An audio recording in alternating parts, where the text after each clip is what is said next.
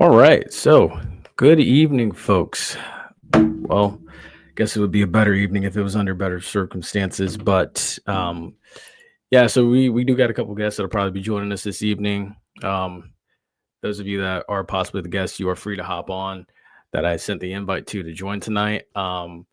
So yeah, FAMU goes down 35-31 against Mississippi Valley in humiliating fashion in the middle of literally bumfuck nowhere. Uh, yeah, this I said it after the classic, and I think the good Lord didn't want me to get on here after the classic for a lot of reasons. But yeah, the experiment's over. This experiment is over. It's a failure. It's embarrassing. It's over. I can't sum it up any better. Like it's just over. Exactly. Like you just can't bring this guy back for another season. You can't. We're gonna run the intro next real quick. Yep, you know what? Type it multiple times, little baby. There you go. Yep, type it multiple times till it's backwards. We're gonna roll the intro first, just so we can get things rolling. Ooh, boy, this is gonna be a spicy one tonight. I hate that it had to be this way, but it's gonna be that way. So, that being said, I'm gonna run the post game intro just for a lot of people more people to get in here and get situated and stuff. Give a couple of guests like Troy, who will be on momentarily, some time to get in here as well. So don't go anywhere. Kick back, relax, get comfortable. Intros next. Here we go.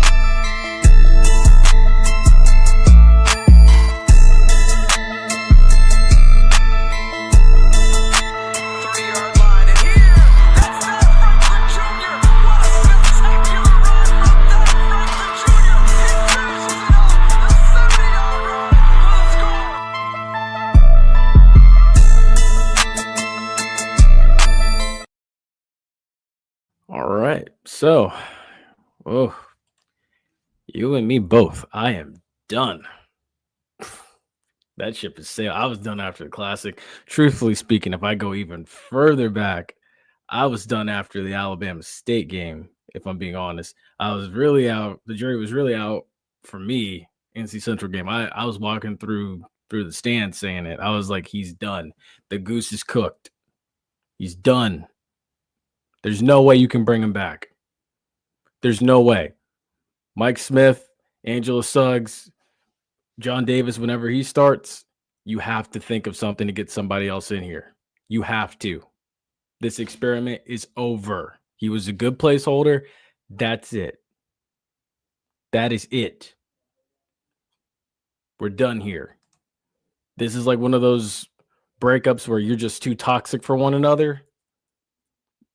It's that. He's too toxic. And not to mention, I saw the way people just ignored him. The way people just didn't even acknowledge him at convocation. I'm sitting here and I'm like, when you're walking through a crowd after convocation and nobody acknowledges you, it's over. Your goose is cooked. People are talking about moving on from you right in front of your face. It is over. Let's go to the comments here. Let's see. My mistake about the cotton. Perhaps they need to cut the grass. My mistake. Turf now. Watch. Hey. Pat Colsey, 19 and RJ up. Yep, you're absolutely right. Let Colsey go coach softball and baseball games, or umpire. My mistake, not coach, because we know he can't do that. Let him go umpire and officiate softball and baseball games. 19. I hope you got your education. Jamarcus Russell Jr. Again, I will say this. I'm proud of these kids for fighting for 12 weeks. They gave it their all. They were not being led by the right staff.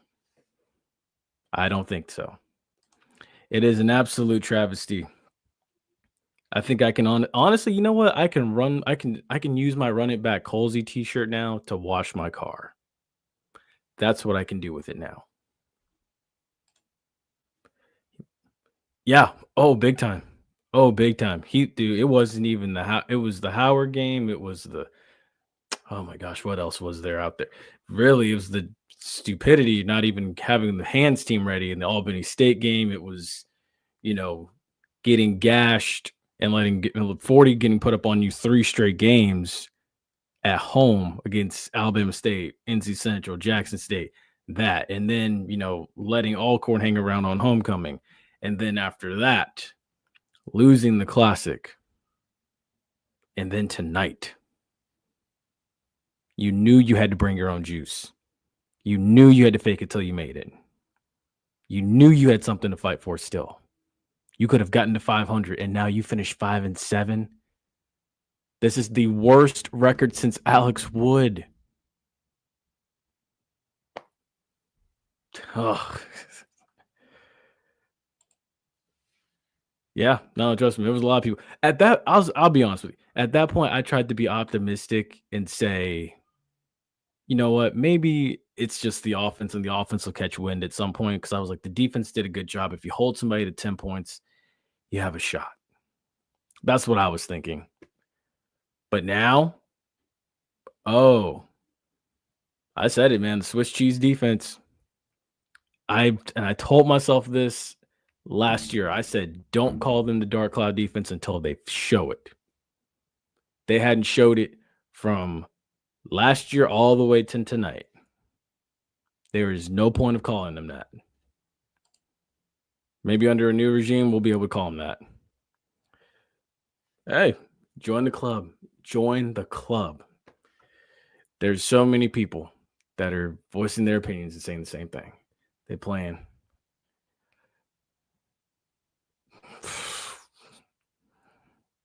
Dude, shout out to Brian and Albert Chester Sr., man. They did a good job this season. Kudos to them for real. Like, because I know that's got to be painful to have to sit through this week after week after week. And again, this is not me shaming the kids. I am not going to sit here and shame the kids. I for one, think that we do have some talented players on this roster. I do. They're not being led by the right general.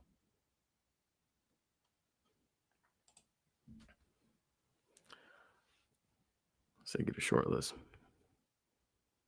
Trust me, I was not laughing at you. I was not laughing. He has no buyout. I think except like what, a 2-month like grace period or something. But look, let him do those 2 months, December, January. Gotta go.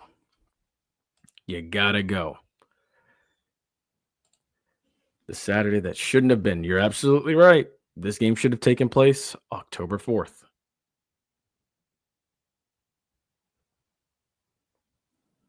The devil was at work. That's what we can say. The devil was at work. FAMU has never lost back-to-back games against Valley. Never.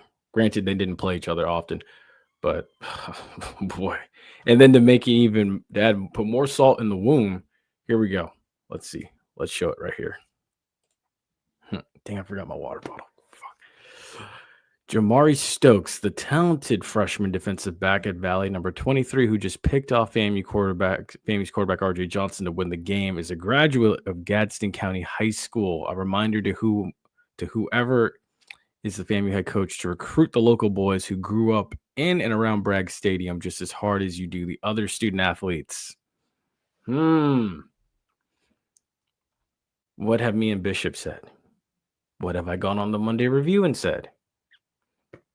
What have I come on here and said on Saturdays? You have so many talented football programs, high school football programs in the state. Armwood, Edgewater, Rains, Trinity Christian, St. Thomas Aquinas, Miami Central, Miami Northwestern,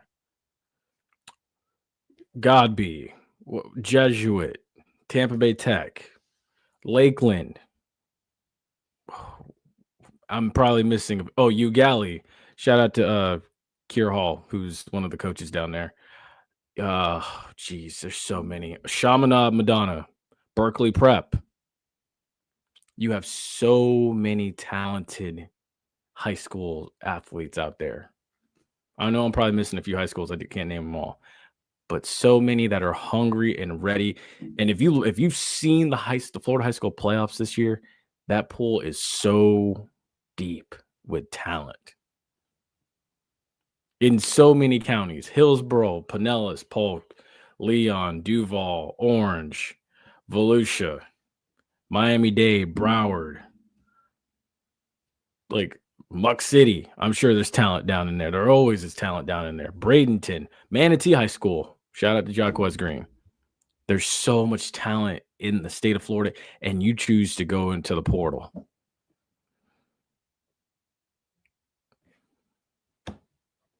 I don't get it. I don't get it. Even if we would have won the game, it looked terrible. Yeah, no, I agree. RJ threw 3 interceptions tonight. It kind of seemed and it kind of felt like everything was just crumbling down tonight. Like everything, the boiling point had reached its limit, and then the pipe just burst tonight. That's what it seemed like. Because there's no way. There's no way.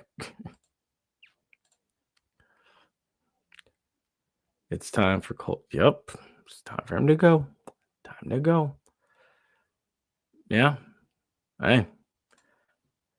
And one thing I'm going to also pull up here.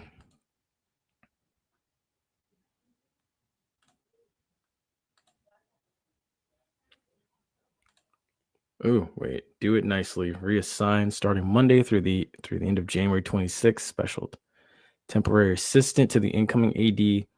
Then let him with him or do nastily. Yep, charter flight back to the land of free healthcare and maple leaves and maple syrup. But I do want to share this because I came on here and said this earlier. The coach that you need to go target, I don't care how much it takes. Personally, I don't care how much it takes. He's got the 4th best defense in Division II football. They could have pulled out this win tonight. Just food for thought. All right. And here's the other one. I haven't even gotten to the numbers yet. Jeez Louise. And I shared this earlier today. If you were here earlier for Countdown to Kickoff, I'll let the church say amen.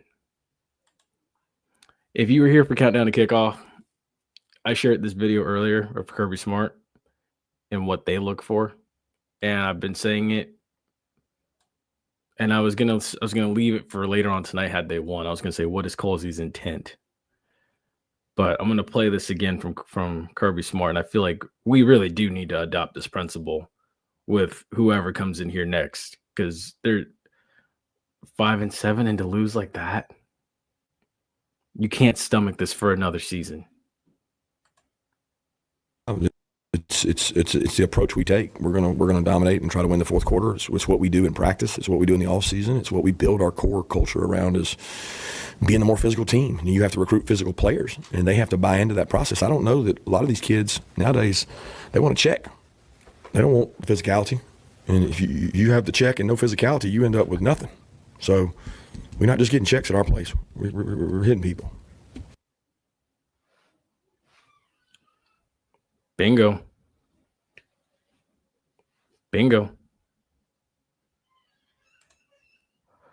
Let's see. The blowouts from top teams, I understand.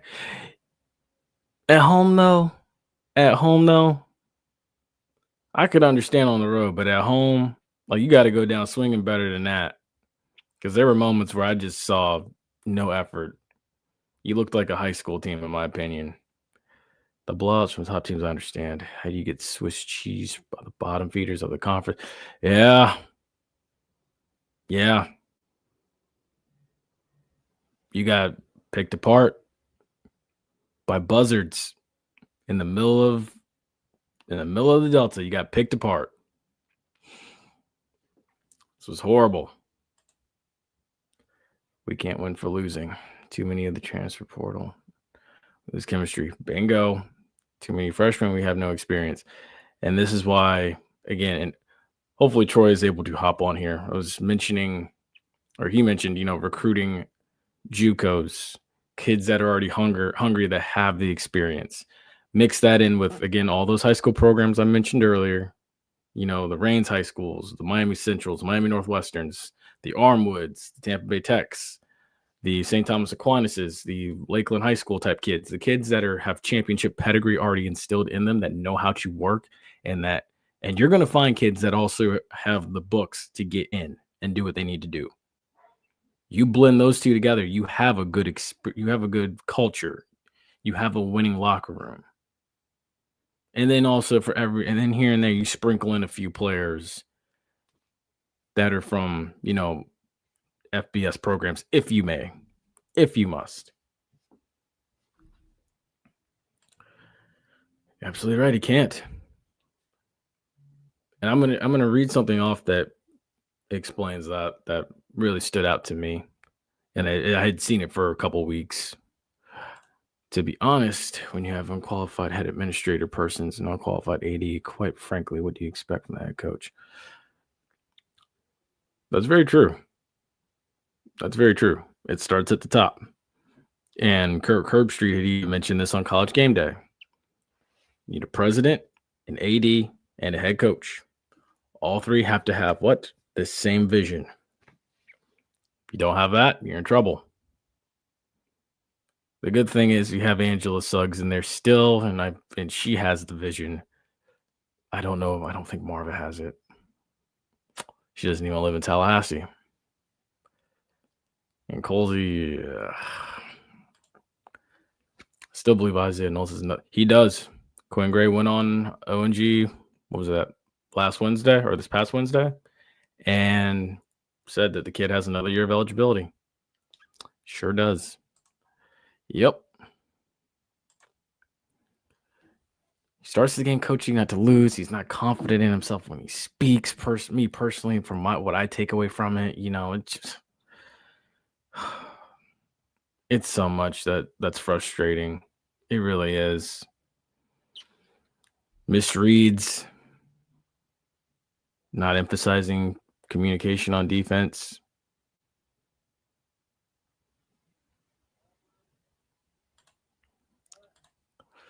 Damn, all that 12 games. Exactly. And that's the sign of a bad culture of a bad team. I hate to call it what it is, but it's a bad culture and a bad team. When you don't show signs of improvement from week 1 to this is now week 14. Unfortunately, you had to play week 14. This is what you get. And truthfully speaking, this game was not supposed to happen this weekend. This game was supposed to happen October 4th. So, the Lord has a reason for everything. Maybe he wanted us to see this debacle tonight for a reason.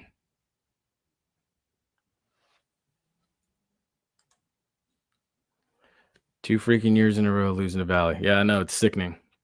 It's absolutely sickening. Yep. Uninspired. He went from looking like Jameis Winston to all of a sudden looking like Jamarcus Russell. What can we say?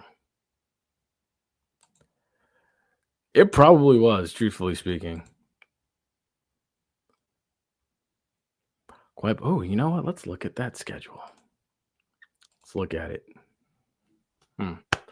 So, as far as next year goes, one thing we can count on. So I've heard, this is actually a rumor.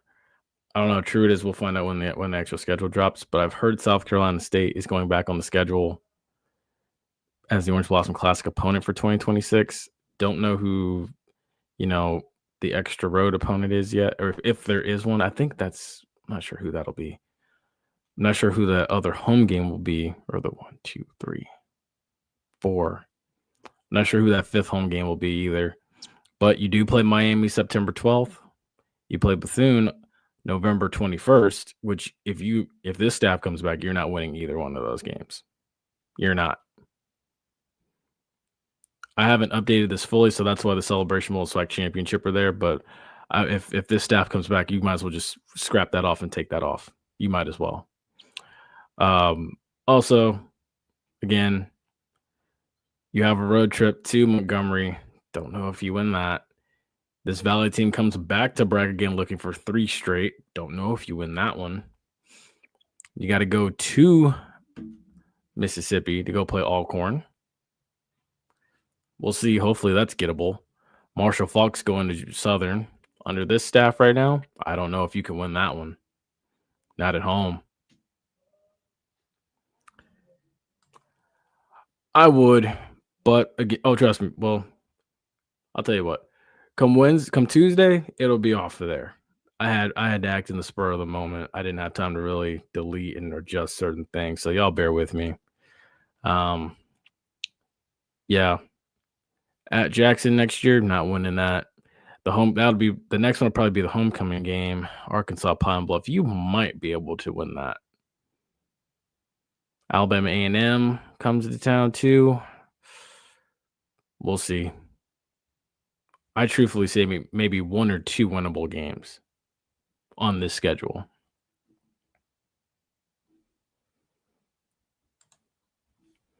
Blessings for us to let him be reassigned. Really a blessing. Lord, I hope so. Good God, I hope so.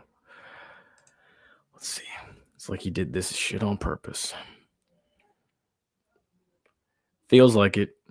It sure feels like it. Because I don't know what to make of it, man. I do not know what to make of it.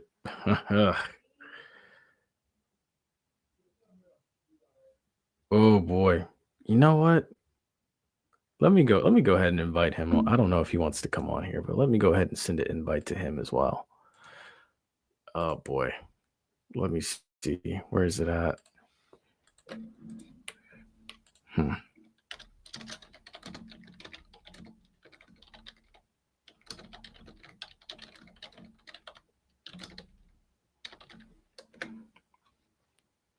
Yeah, let me go ahead and send that one in.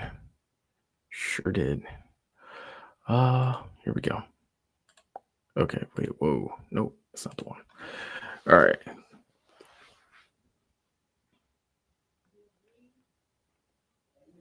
Wait, whoa, I missed some comments. Wait, here we go. Hold up. I still don't understand how a program could collapse this fast, either by accident or on purpose. You know, I don't know either, but it sure needs to be studied. It feels like it's impossible to do this. Like in the future, how do we even explain this collapse? Yeah, you know, I really don't even know. I really don't know. Like, this needs to be seriously studied. You started last year as an FCS top 25 team. You fell out about October, mid to early October, and you never came back in. You went from 7-5 to 5-7.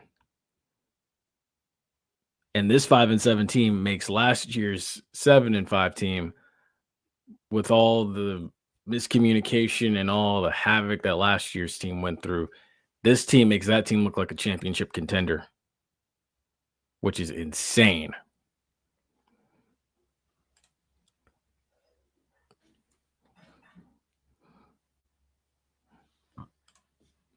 If we're going with Quinn, we need to make that move now. You do. And I think that conversation needs to happen. It really does. Look, I understand he may not He may not want to because of what he's got coming back next year. But I'm going to keep it a buck, man. Look, money talks. And I'm sure he'll make more money at FAMU than he will there. I'm sure. I just, it's insane. I wish him all the best. I hope that he continues to progress in the Division II playoffs. But as soon as that season's up, because I think they play West Florida or somebody else next week. More than likely, I feel like it'll be West Florida. But if I'm Angela Suggs and Mike Smith, again, I said it earlier, do the old Al Davis thing. I'm getting on the phone with him, and I am not getting off until he is the head coach. Me personally. That's what I would do.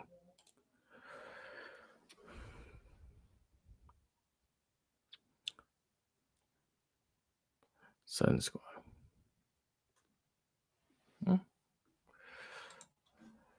I knew when he said that classic loss was going to take a little while to get over.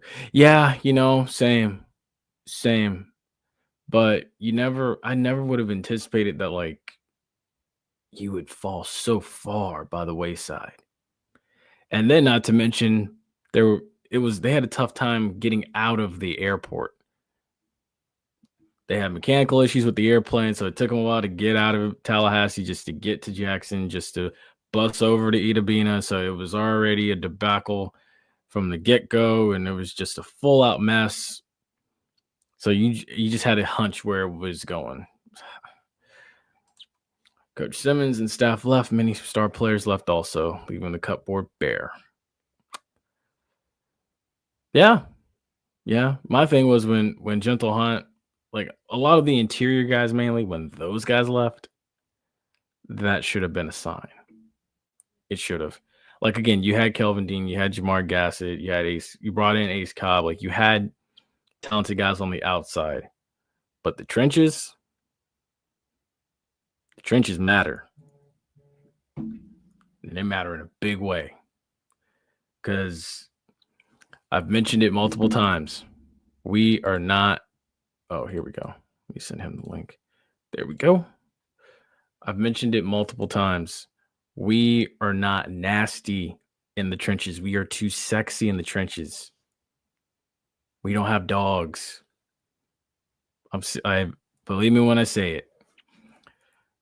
We don't have those type of guys that are going to maul you like a bear. And I was on here Wednesday with Ace and Tasha, Wednesday leading up to the Classic, saying, there's a kid at Harvard that just transferred out of Harvard right now, gave up 1 sack all year long. We need to go get that kid.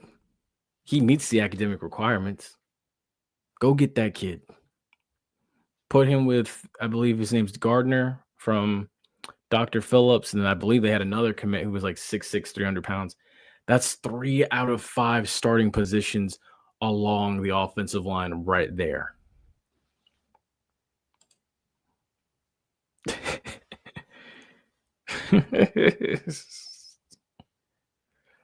I might need some tonight as well. But then I've got white Hennessy in there, but I'm already steaming as is.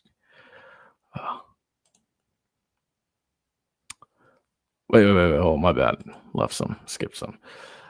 Like, you have to stumble into success or a quality recruit at some point. You really do. You really do. And he had a whole bunch of them in his backyard.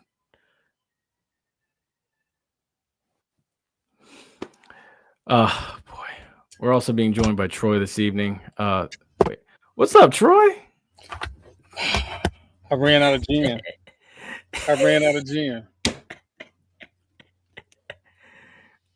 Oh, Lord.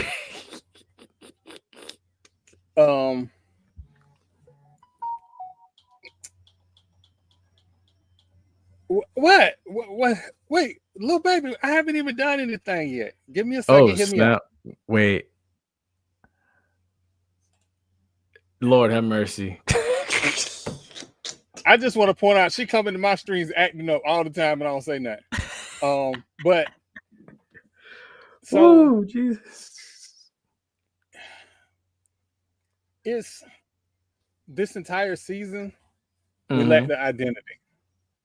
We lacked the identity, and it showed up. Facts. You have, if I got to keep it a book, right? If I said Southern cost Kelby Givens money, FAMU cost that money. Bingo. For the first time, the post-game Florida Classic was the first time I actually saw Thad up close and personal. Because I always thought Thad was a smaller guy running really hard. He not. Right, yeah, he's a big dude. He is solid put together. So in this game where clearly the safeties from Mississippi Valley State did not want to tackle him. Correct. And I know I'm the guy saying, yo, we need to be in shotgun and run the 2-minute offense. This wasn't that game. Valley had a plan. You're not gonna run that on us. We're gonna blitz you. We're gonna force your quarterback to get off of his spot. And that's what they did. They put pressure on RJ face and he threw 2 interceptions. But I'm sorry. I missed one while I was drinking. Jamarcus Russell Jr. This was bad. This was a bad loss. So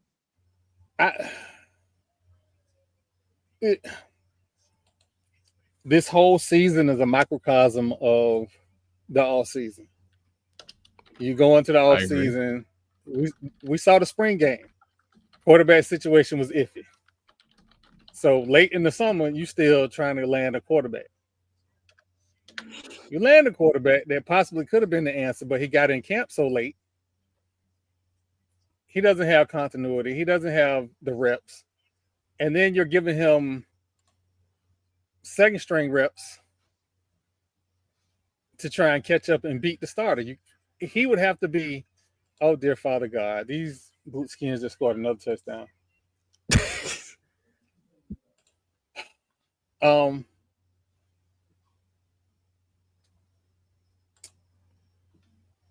I don't know about that EA. I know who the finalists were. I don't remember seeing his name. But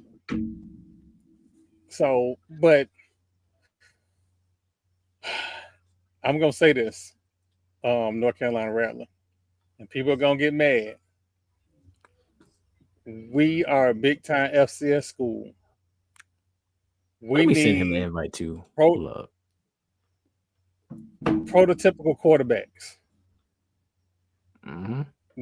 We need a 6-footer. Yes. Now, I know people are recruiting 5'10" guys hoping they grow, because that's the hope. But we also see there was a guy that posted in Georgia.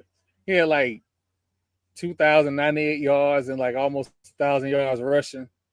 If he was 3 inches taller, he is a D1 quarterback, probably 4-star. Measurables matter. Now, I know it's a lot of smaller quarterbacks that do well. This is FAMU. FAMU doesn't play the schedule where the defensive ends aren't 6'4", 6'5". FAMU plays big-time HBCU football, so you need a prototypical quarterback. And also, somebody got to – this is the first year that I can say that I was disappointed in offense at FAMU. Like, the offense was disappointing. Very. And this is coming off last year. Well, we thought last year was disappointing. So no creativity. It is so much. I know people gonna get mad when I say this. No, say it. I have questions on how liberal Burris was able to be with the offense. I apologize. My phone is going off because my FAMU no, you're good. Group chat is going absolutely nuts. I have those same exact questions myself. I wonder, wait, here we go. The offense is bad because the QB wasn't the best, and I believe he was handcuffed. I agree at all. And you're right. It's not liberal at all. He might be. And it's a shame. And again, Kelvin, I sent you the invite too. I feel like, and I told Bishop in chat this, I feel like he didn't get the job because he was a white man. That's why I feel like Smitty Rock did not get the job. Otherwise, if he was a black man, I definitely feel like he would have been the guy. And this is true. So there's some precedents there. There was a white coach that was at FAMU that was really good, but we had other issues with him. And so that was the issue. And I think being a historically black college, you can't just be a good coach. You have to be elite. And I know a lot of people want to give you that, oh, this ain't the same FAMU. No, the standard don't change. The standard does not change. It is always, this is FAMU and this is the standard, period.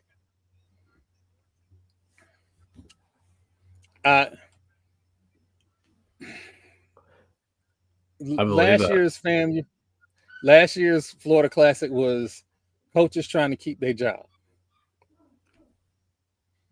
So that book was open.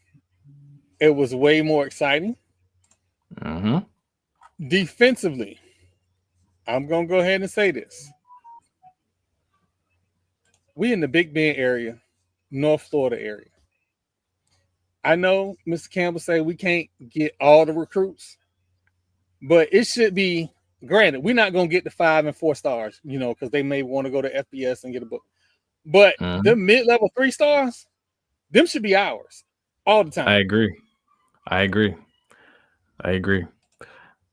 We've had white now. See, yes, we've had white quarterbacks before in the past, but that's different than a white head coach. I feel like we may be ready for it. If they can do the job to the best of their ability, then hey, come on, win some championships. Let's go. But the higher ups, the people that make the final decisions, they may not be ready for that. Because as far as white quarterbacks go, I love me some Ryan Stanley. I love me some Ben Doherty. I respect an Austin Trainer who came through here. All 3 of those guys. My only knock on Ryan Stanley and Ben Doherty was the fact they never won a Florida Classic. I feel like they should have. Their defense, not their defense has let them down, but, defense let Ben Doherty down. Ryan Stanley it is what it is. But, I've been put my coach that I would like to see at FAMU out there. I've been screaming him for months. Go ahead and put it out there again. Oh, Rick Neuheisel kid. Oh, you talking about Jerry Neuheisel? Yeah. Rick kid. But I'm gonna say this also. This is Florida A&M, historically black college. This is also, we also got to understand that it wasn't until recent that there were black coaches on the FBS level. So there is a history of why we want to make sure black coaches get a priority.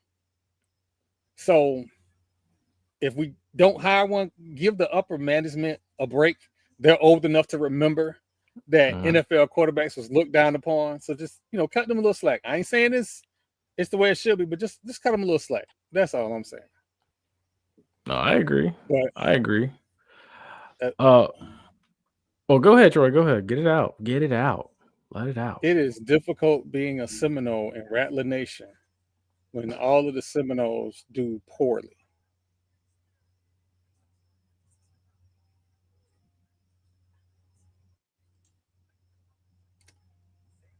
So here's the thing, right? If you know the history of FAMU, the thing about FAMU is they got those top mid-level, 3-star athletes. Because it was like, oh, I'm not going to go start at an FBS school. I'm going to go to FAMU. I'm going to go to that school in Daytona. I'm going to show out. Them the only people we should be competing against. Never in the history of the world should I ever see a Tallahassee native, an offensive lineman, going to a school in Alabama. That should never happen. And I don't care what people say. We can't get all the. Yes, we can. Yes, we can.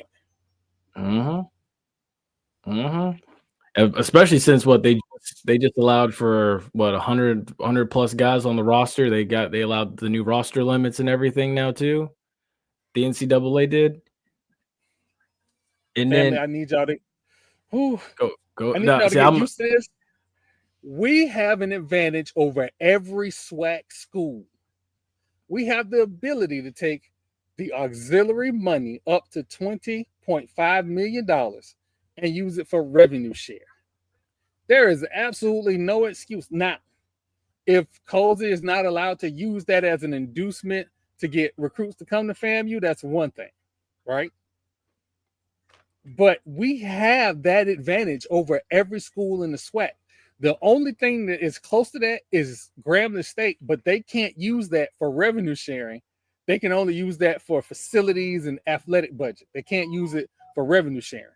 We have an advantage. We just don't use it. So the people that give Cozy a break may be giving Cozy a break because some hands are tied behind his back. And if this was the hand that he was talking about, he doesn't have resources, I would have gave him a break, but for these last 2 games. But these last 2 games, it wasn't about talent. What's going on, sir? What's going on, Rattlers? Sobering up. Hey, I'm going the opposite direction, brother. I forgot mine out in the living room. I was like, it messed up my picks for this weekend already. When I made picks Wednesday night, I was like, oh, no, I can't do it again. Oh, my God. Well, at least I was prepared for it. This did not surprise me at all. Let me just say, I think this is a fitting way for the season to end for multiple reasons. But the main reason I'm thinking is you live by the sword, you die by the sword. How about RJ throwing 3 interceptions? And they were bad interceptions at all. Mr. I don't turn it over. Turned into Jamarcus Russell before our eyes. It's crazy to believe. Yeah.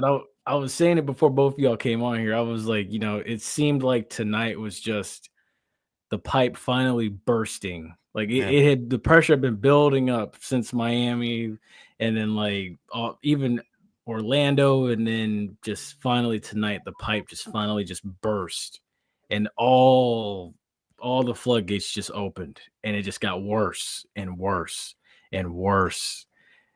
Three interceptions, and you still score 31 points on the road and lose. You know how bad that defense got to be? I mean, we held one opponent, which was Howard, the first game of the season, under 26 points. Everybody else scored at least 26 points. Everybody. When I revisit that Howard game, I hope it ain't no Howard people in here, but the honest truth is Howard don't have the talent of anybody in the SWAC. And I would have never thought that. Yeah. Mm-hmm. That quarterback kept him in it. He carried them. They simply said, get us 10 and we'll win. Yep. It's as simple as that. This is what FAMU football has come to. So what's next, fellas? My thing is absolutely terrible night. I sent you an invite as well. You are welcome to come on here. I sent you the invite as well. Just absolutely terrible night. I want the man that you guys spoke to Wednesday night. That's where I'm at. Well, to that point, I came from Albany. I was at the game today. Yeah, I was gonna ask, how was that? It was a tough game. 14-12 was the final. And I think at halftime it was 7-6. It was a defensive game. Wasn't a whole lot of offense in that game. But this is the third time they playing. And the second time within the last 3 weeks. So, both teams were very familiar with each other, and you have to find a way to win ugly sometimes. And so they done beat them in a blowout. They beat them 22-16, and now third time they beat them again, 14-12.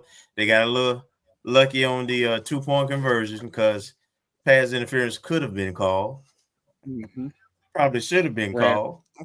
Ran right into that man. Yeah, he did. I was checking out bits and pieces of it. I was able to see where Albany State was getting a couple explosive plays there towards the end, and I was like, "Oh, okay, they're gonna find a way to close this out. They're gonna find a way to win it." And they're gonna march on to next week. So I mean, is it what, West Florida or I forget West Florida or somebody else? Wingate. It's Wingate. Okay. They got Wingate in Albany. Yep. I'll probably go back next week. Yeah. Bring him back with you when you come back. I'm gonna feed people red meat because that's what I like to do. For Quinn Gray to be an offensive-minded coach, his football team is number 4 in the nation in D2 in defense.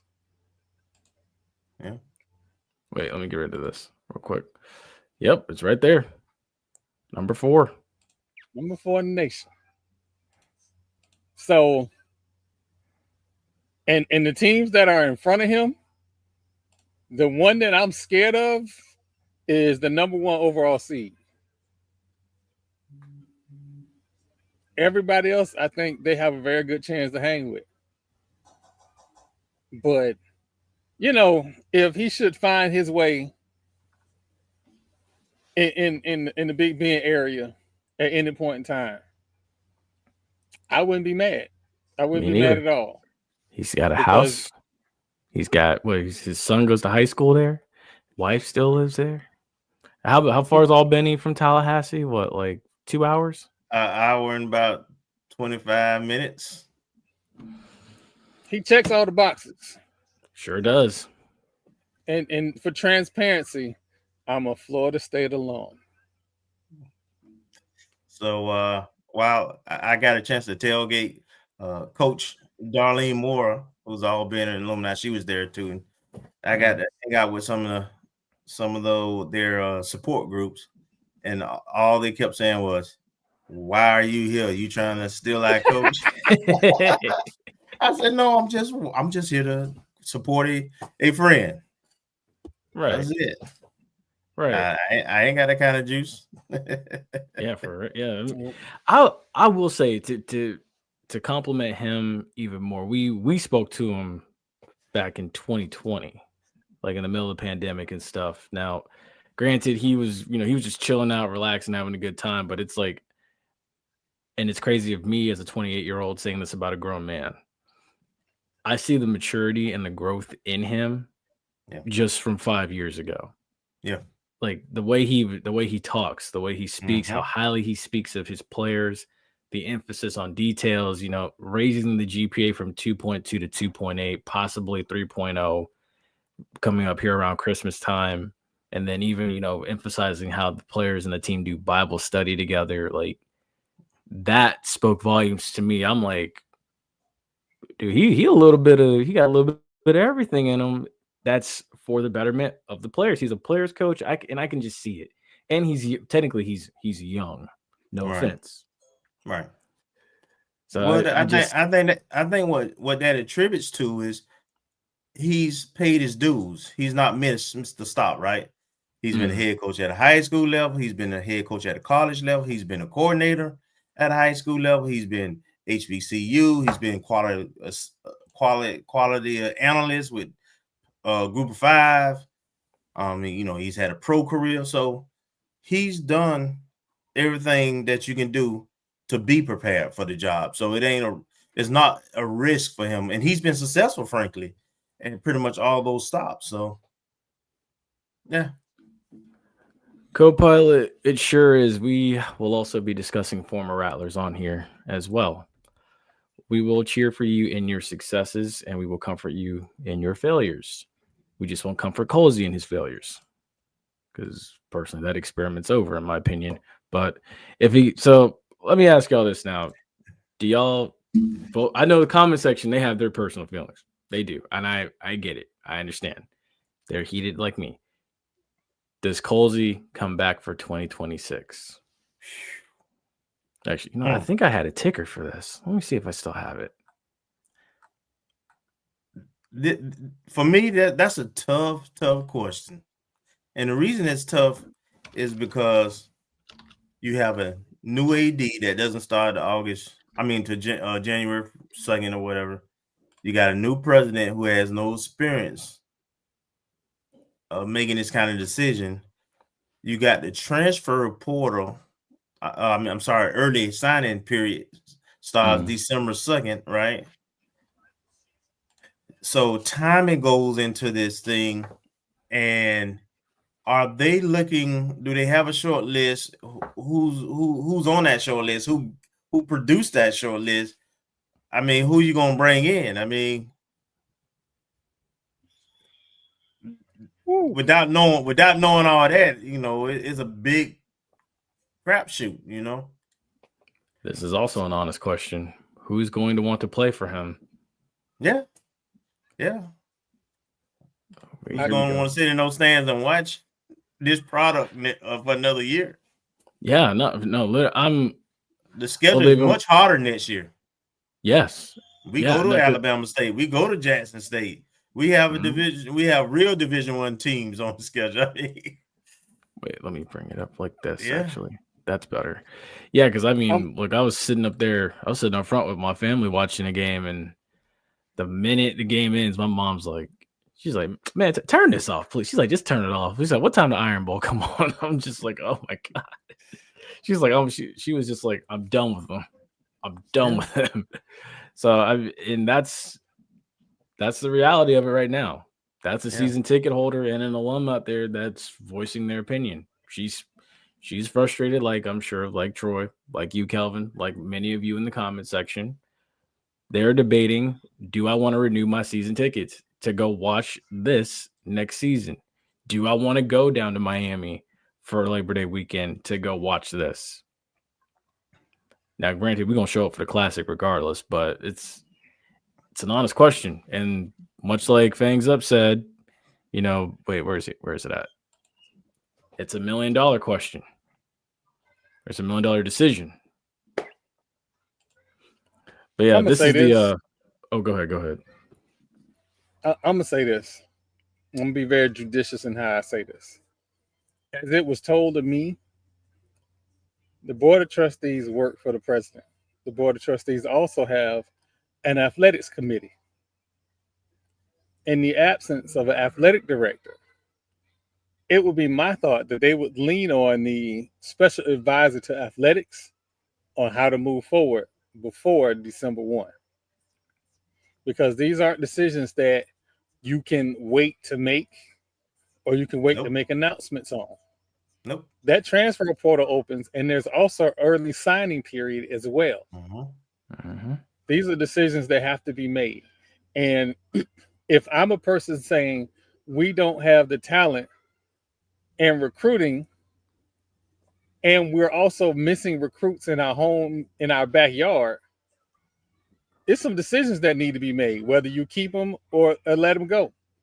I didn't like what Florida State did, but I also understood what they did. But somebody's got to make a decision sooner rather than later. You can't be in limbo. Either he's staying or he's going. Facts. If you're going to leave that man on the tarmac, leave him on the tarmac now. Don't wait. It's only a couple weeks before we got transfer portal open up. Right. Correct.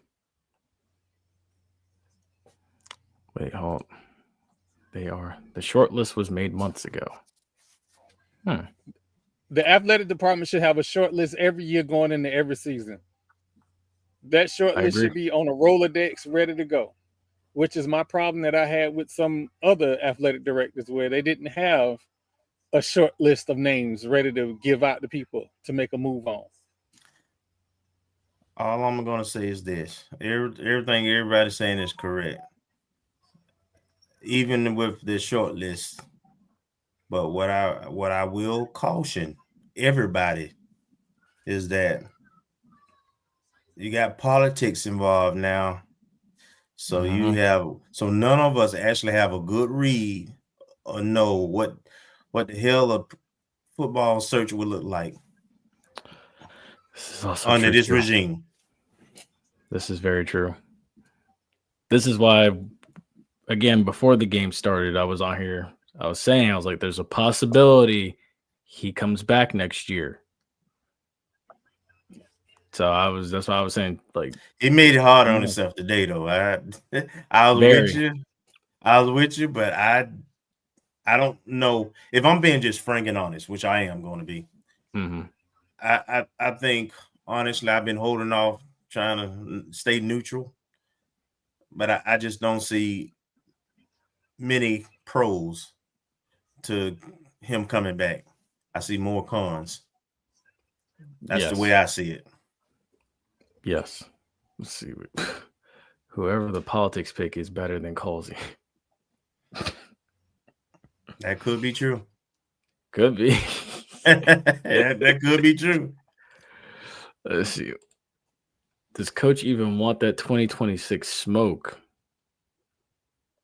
He is, for all of his faults as a leader of men, he is very accountable, and he will stand up and take all the slings and arrows and keep his players out of the room, with the exception of the Florida Classic.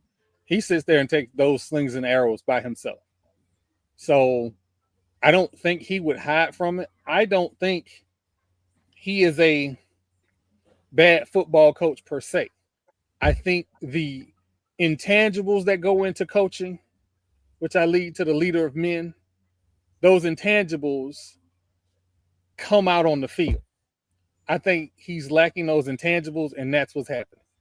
I don't know about the leader of men's part, though. I would tell you, there's some in his locker room. there was someone who didn't play today because they expressed to a recruit that they were hosting who went to their school not to come because of him specifically. So I don't know about that leader of man stuff. He has favorites, which is really have not served him well with this team. That is a huge problem. Ooh, you said the loud part right there. Ooh, you said the word favorites. You said it. Because boy, oh boy. Because he played tonight. I've been saying what was up with Dalen Ditson and stuff, because again, I'm not going to single out any one player for playing bad, but we know who that one player is that tonight got his lunch money took. That last week he's a meme now, literally, from last week. He does play favorites. It's very obvious. I'm not going to let you do that. I'm not going to let you do that. I'm going to keep it 100 with you 100%. Our defensive line has not been very good this season either. Bingo. That was the other one. Because who brought these defensive linemen in? That would be the head coach. Who calls the defense on game day? That would be the head coach and his overlooking assistant. How about that? I'm just saying, it's hard. It ain't much I can fight for with him on this season, man. It's been awful. And you know what I noticed tonight too? We had, because again, this is where that Monday night review is. I love it. I love being on there. If I'm able to, or if y'all will have me, I will be there Monday night. Absolutely. I noticed in the Pine Bluff game and even the Alabama A&M game, we always block down to the left. Always. And tonight, we had plays get blown up. I remember a specific play. Haley got a carry. The line blocks down to the left. And then off that right side comes a free blitzer. He gets there in the backfield like that before the play can even develop. And again, turns into a hot mess. So I'm saying to myself, have we run that so many times to where it has now been exposed? Because I say the same thing about even, for example, the way Florida State runs the same jet sweep reverse with Mekhi Danzy 3 times a game. Exactly. The same way they run that play every week. I'm seeing the same thing every week. We block down to the left, whether it be with Fad or whether it be with Jamal Haley, and nobody's been able to really truly stop it consistently until tonight against the worst team in the conference, or one of the worst teams in the conference. Now it's finally been blown up. So, first off, we got to give credit to scouting and Coach T-Buck. Mm-hmm. Again, met him at Media Day. I thought they were going to win 3 games. They have been very competitive. But that is a professional football coach. He is not going to let your quarterback just sit on his spot and scan the field. He was going to come up the middle. That was guaranteed. I didn't know he was going to come from the edge as well. So, again, we are the last week of the season, and we still can't pick up blitzes. We still don't self-scout. Like, I don't want to pour more alcohol on this fire. But the list keeps going of, it's like that person that go to work and say, what I ain't going to do. This is that. You ain't making adjustments. You're putting the same people on the field that is failing you. Like, at some point, what they say, crap roll downhill. Sometimes you got to pay. It's just, sometimes you got to pay. Well, merciful. The season is over now. Thank God. Thank God. Yes. Mercy and grace. Yes. To the Most High. We ain't got no refuge in basketball right now. So I'm just, softball is starting soon, I hope. Baseball starting soon, please. Oh, God. Yeah, soon enough. I mean, they're doing a fall league right now. Thank God for volleyball. Yeah, volleyball. Yeah. What's that saving grace for the fall? Let's see. Man, who in the hell in FCS football has 6-foot centers, 6'1" offensive guards, all under 260 pounds, and says we can run the ball? Can't. I will say I noticed a significant size difference. When I really looked close tonight, I noticed that. Like, I'm Wait a minute, hold on. I know that ain't our offensive line. That better not be our offensive line. I think you're talking about, what is it, 62? Yeah. Yeah. Okay.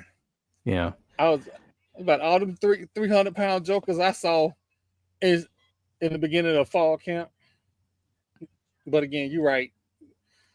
We have tall, lean guys on the edges, right? The tackles. They're 6'5", 6'6", but they still lean. They're not wide. They're not super sculptured. So they're not the type that built to lean on you for a whole game. Yeah, that's what you're talking about, Taylor. Yep. You know what? Yep.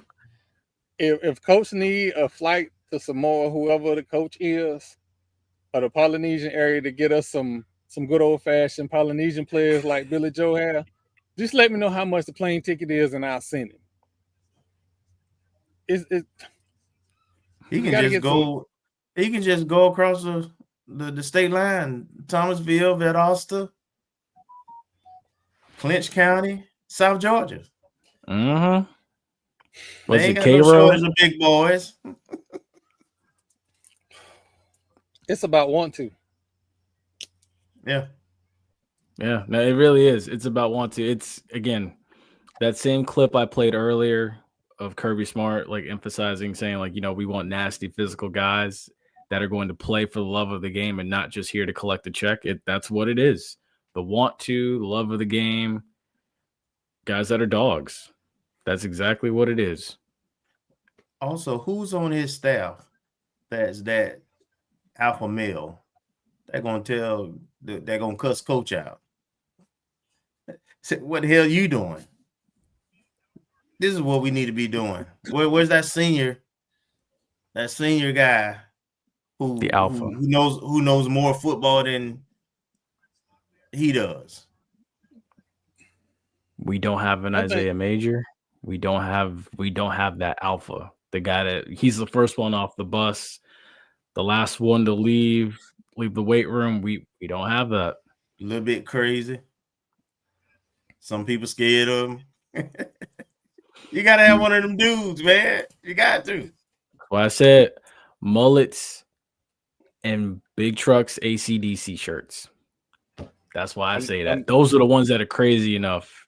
They'll sleep on the field. They'll sleep up on the goalpost overnight if they have to. Listen, I'm gonna say this, and I'm saying this respectfully. Get you some walk-ons so you can get them crazy dudes that just make it into school so you don't have APR issues. Get them dudes that's on academic scholarship. Put them on the squad as walk-ons. Balance out your APR and go get you some alphas. That's all we need to do if we are having issues with APR. Who told you that? Who told you that? I remember hearing that. I believe that too, until I heard the coach that he came from say, we build culture. And went and got a coach who was getting ready to retire, who didn't want to move out of the area. And they were able to run the ball with ease. But they had 5 senior offensive linemen, though. Yeah, that too. That helps. That helps. 5 senior offensive linemen that actually played for 4 years or 3 years, had been together the whole time. So I'm willing to give, the O-line coach some time because this is his first year and he inherited what he inherited. This is true. And they did get better. I mean, we keep harping on the offense, but I gotta say it again. We scored 31 points. Yeah. Yes. Had a damn defense get a stop when we needed to make a stop. This is true. The reason they say defenses win championships because you got to make a championship stop. Something that has not existed in Tallahassee all season. No. On ONG, we talked about it, right? Mm-hmm. We said when we were talking about this game on Wednesday, and Brian went through his little spiel. Valley has only scored 3 points one game, last game, 6 points the previous game, and they're last in the SWAC and in offense. And I said it won't mean a damn thing for our defense. You just wasting your breath talking about that. They're gonna put up points against us, and they did. Well, the defense can't because it was one of the worst defenses in FBS before it came here. Oh, she's talking about Kenwick Thompson. Ooh. She's talking about Kenwick Thompson. Ooh. Yeah, UAB. Dear Father God. Yeah. Dear Father God. They were a bad defense. They were a bad defensive team. They were. Because again, looking at the offensive numbers as far as like points since after the NC Central game, they scored. Oh, here we go. We got Keith in here now. Wait, let me find the 4 people one. There we go. And then let me go ahead and add him on. What's up, Keith?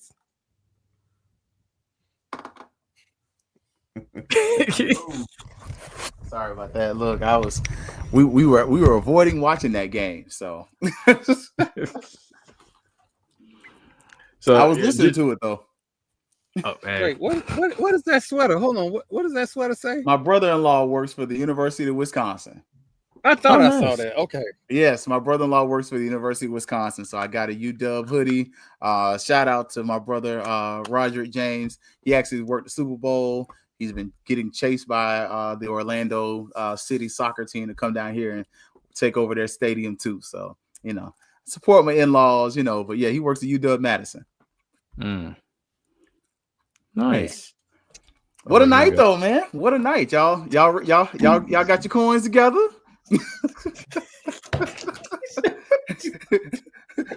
I'm just asking for a friend.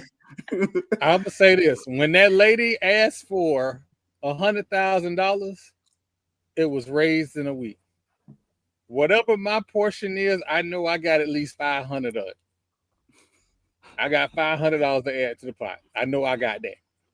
Look, I know I can fry some fish and some chicken.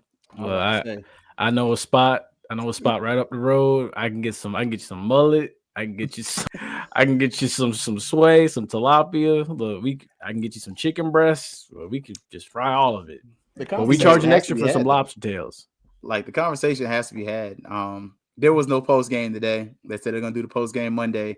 I don't know why there wasn't a post game, but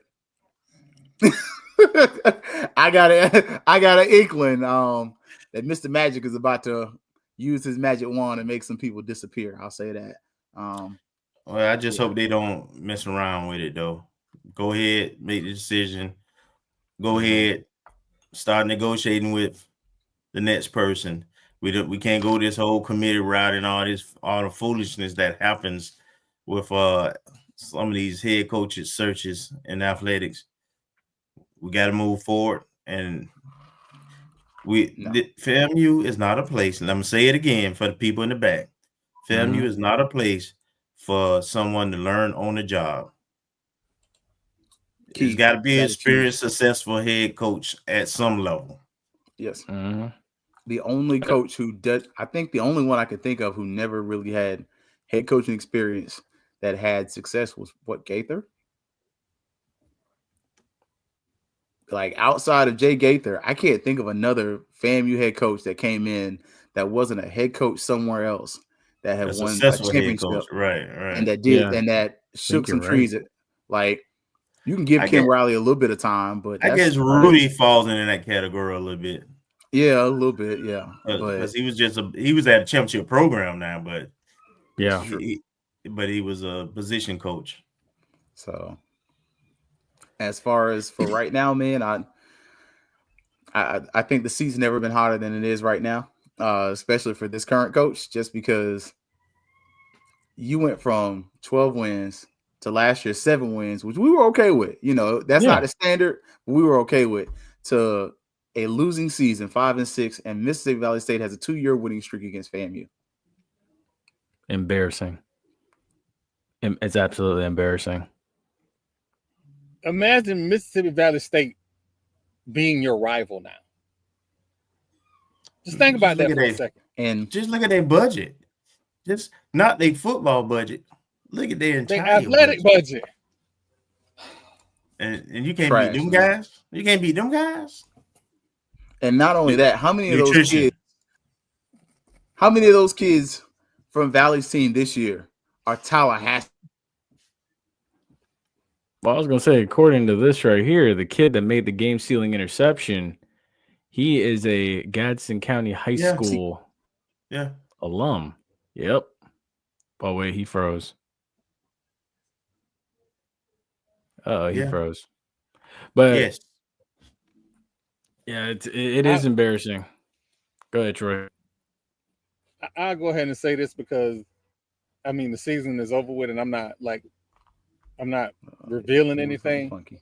But at media day, Coach T-Buck told us, he said, man, when I got there, I was trying to run them kids off. He was actively trying to make sure that it wasn't just no people there just to say they was on the football team. He was trying to get the best of the best that they had. And the ones that stayed there earned their way to be there. So he ain't got all his dogs yet, but he got a whole recruiting season this year. Correct. And now he has ties to Florida. And you can walk into the room and say, I've beaten FAMU. Like, not even just saying I've beaten FAMU, we've beaten FAMU twice. Yes. That's a recruiting angle wherein I'm looking at who we're offering and everything like that. And at this point, there's no point for me making graphics about who FAMU offered. It doesn't matter. Like, because those kids aren't coming. Like, honestly, recruiting wise, unless you recruit a bunch of JUCO kids, a high school player with any sense is not coming to this program. Because one, if you do come back, you're a zombie coach. Like, you got 1 year and then you're done. Versus, man, if I go somewhere else, I know at least the coaching staff will be there next year. Like, let's be honest, you come to FAMU right now as a high school prospect, you don't know who the head coach is going to be next year. And does he want you? And will he keep you at your position? Rocking the hard place. Rocking the hard place. If you are a recruit and you're looking at Jackson State, TC Taylor, possibly 2 national championships, you're looking at Coach T-Buck You're looking at Coach Robinson. You are looking at coaches who have a recruiting advantage over you.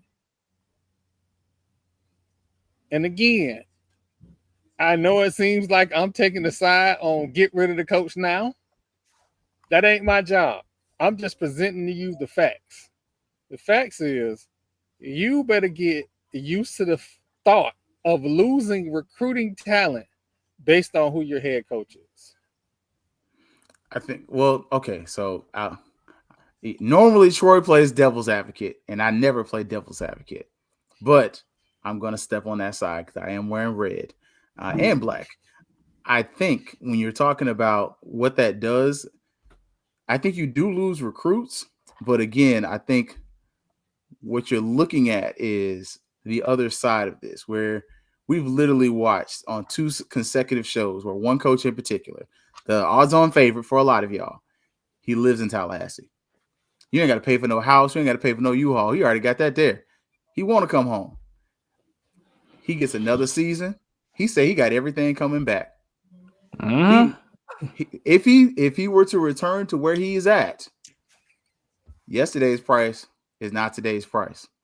I personally feel like if that individual, I ain't gonna say no names, were to come to FAMU, they could easily, after sitting out a season and letting you have another losing year, could easily command somewhere in the mid 300,000s. And they have never coached that level before. So as playing that advocate that Troy like to play sometimes, it hurts us, as far as recruiting wise and everything else wise. It does help you APR wise potentially because the APR looked like it might get better. But on the other side of that thing, when that man said, I got everything coming back, it might hurt you financially to maybe wait that extra year too. Because if you do get rid of them, it's going to be like $1 million next year. Like we got to be honest. Like you might spend almost $1 million in coach's salary, at least half. Like if you spend less than $500,000 in coach's salary, you're lucky. But you start looking at the head coach, the assistants, the new assistants, not the current assistants, plus the new head coach. Oh, FAMU could be flirting with if you make a change with a football team that spends $1 million in salaries alone. That's a good point. Keith, I don't know if you heard earlier, but I was at a game today. You were. He was. You were. He was. He who shall not be named, I believe he was coaching that game. He got a house in Tallahassee too, don't he? Kids go to high school there too. I'm about to say his kids go to the best high school in the city, even though we ain't won nothing this year.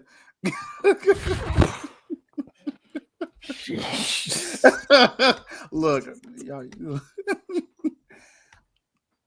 look, I'm not on the anything is better than what we got trained, but I can definitely, for those who want to say that, I really can't argue with a lot of it.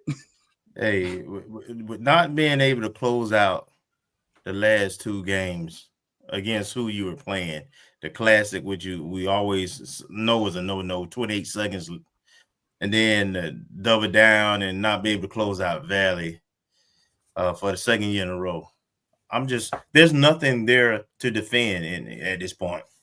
Nope. There's nothing to hold on to. There's no hope for next year or 1 year, a lame duck. I mean, it's just no reason to move forward with the same old at this point. I agree. I've y'all could definitely know I've never called for anyone I still haven't called for anyone to catch acts, but at this point, I can't knowingly stand up here and behind this mic and say, hey, go spend your time, your money, your whatever, your time, your talent to support this product when we see what it is. And we see that, respectfully, Boy Wonder went back to being Robin today. He looked like Batman for about 2 games. And he finally had the game that we were like, he's going to throw some picks eventually. 3 picks. They were bad picks too. Yes. Very bad. Back to some of the missing, like the stuff that Troy was on him for and I was on him for was like, oh, dang, they reared his ugly head again. Because if not for those 3 picks, what else? Who knows? I mean, the last one is what made a difference in the game. Ultimately, giving them the ball at the 7-yard line. Ooh, $200 season tickets times 5,000 paying fans equals $1 million. Yep. Yeah. Matt, I got something better for you. I got something better for you. Go ahead. I will tell you this, and you've heard me say it when I talk about that school cross Game Street. Losing costs you more money than getting rid of your head coach. Because the opportunities that you miss out on, and season tickets is just one of them, the opportunities that you miss out on, Celebration Bowl, etc., cost you more money than keeping your head coach. Unlike across Game Street, you have opportunities to make up for the loss of revenue when you have to pay out a coach. And remember, Florida schools, particularly, unless there's something weird going on, they just pay the little monthly salary or whatever and turn off their key card. So, yes, you will have to account for that money, but most cases you don't have to pay whatever the balance of his contract out is today. So there's that. But I forget how much the Celebration Bowl money is. What is it? $250,000 from the Celebration Bowl we get? So isn't that just that sounds like the right number to me, don't it? $250,000 is the right number for some things. So I mean, you got what? You got Florida Classic money coming, Celebration Bowl, you get a cut of that. I'm just saying, I think also we should use this chance and whatever this is as an opportunity to modernize. One of the things we haven't done as an athletic program is modernize.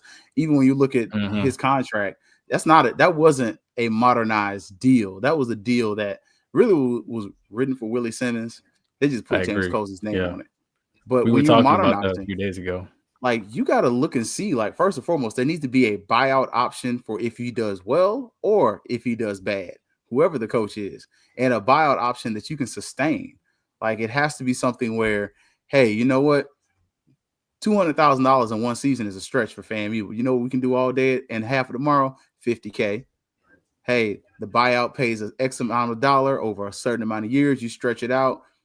We got to modernize, and we have to figure out.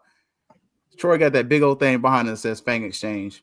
How do we get our new athletic director to get behind the athletic collective and use some of the mechanisms that the other schools are doing? Dr. McClellan just sat up there and talked about schools having NIL, and FAMU is one of those schools that has NIL, but a portion of all of our ticket sales, every sport, should go back to the Fang Exchange and other NIL stuff, because this is going to become a dollars race, and it should also go to help improve facilities as well. Amen.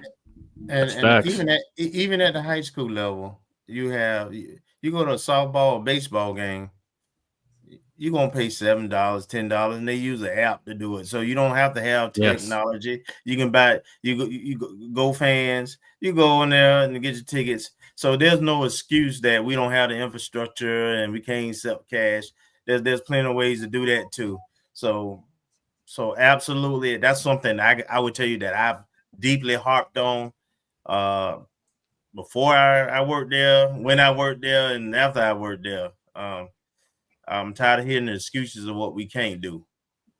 What we can't do is what. And I know a dude that'll do it for free. Always do. That part, which is one of our favorite words at FAMU. Yeah.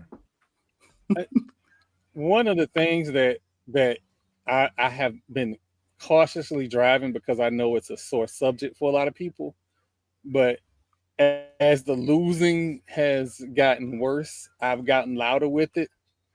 The state of Florida gave us a gift that they never intended for FAMU.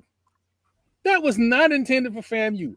They gave every state university school the ability to use up to $20.5 million in revenue sharing. Nobody else got that. I was going to say it again. Nobody else in SWAC got that.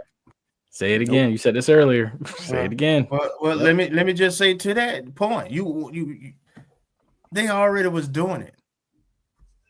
That part. This is nothing new. They were using auxiliary monies anyway.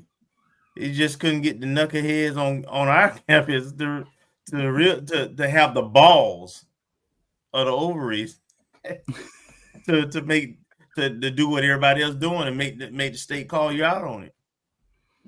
But yeah, they always been doing it. And it needs to be something where we're just actively. I feel like sometimes we soft and we're timid as a fan base. Like, and even as from a leadership perspective, we're timid. Like, yes, there is no freaking reason when we know the Fang Exchange is pretty much your preeminent, right? NIL collective. Why are we not running ads every game to promote the Fang Exchange, the boosters, and the National Alumni Association? That should be something where you put that up there every game. I said that to B-Dot when me and Bishop had him on Tuesday night. I said, is there any way we can get back? Because they did it 2024.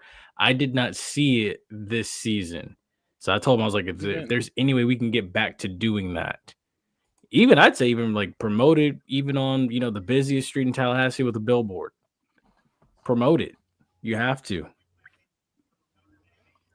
I have gone so far as to try and use my personal relationship and say, hey, we need to get behind this. We behind every other school in the state. We need to get behind this.